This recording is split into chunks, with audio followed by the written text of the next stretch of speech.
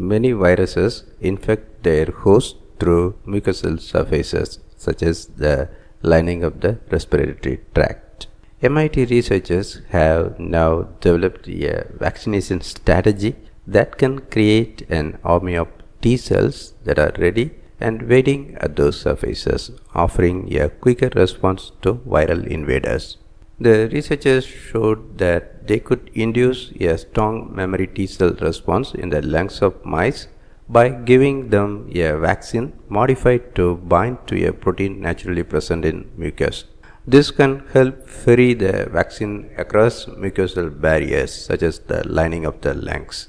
In addition to protecting against pathogens that infect the lungs, these types of inhaled vaccines could also be used to treat cancer metastasizing to the lungs or even prevent cancer from developing in the first place. Most vaccines are given as an injection into the muscle tissue. However, most viral infections occur at mucosal surfaces such as the lungs and the upper respiratory tract, reproductive tract, or gastrointestinal tract. Creating a strong line of defense at those sites could help the body fend off infection more effectively. There is an approved nasal vaccine for the flu and an oral vaccine for typhoid, but both of those vaccines consist of live attenuated viruses which are better able to cross mucosal barriers.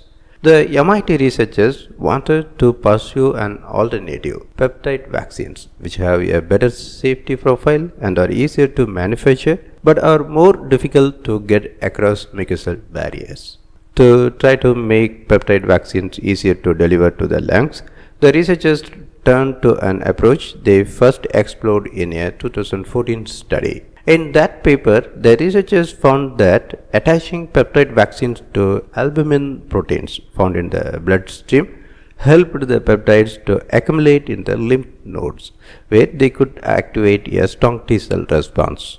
Those vaccines were given by injection, like most traditional vaccines. In their new study, the researchers investigated whether albumin could also help peptide vaccines get across mucosal barriers such as those surrounding the lungs. One of albumin's functions is to help maintain osmotic pressure in the lungs, and it can easily pass through the epithelial tissue surrounding the lungs. To test this idea, the researchers attached an albumin binding lipid tail to a peptide vaccine against the vaccinia virus. The vaccine also included a commonly used adjuvant called CpG, which helps to provoke a stronger immune response. The vaccine was delivered intratracheally, which simulates inhalation exposure. The researchers found that this type of delivery generated a 25-fold increase in memory T cells in the mouse lungs compared to injecting the albumin-modified vaccine into a muscle site far from the lungs.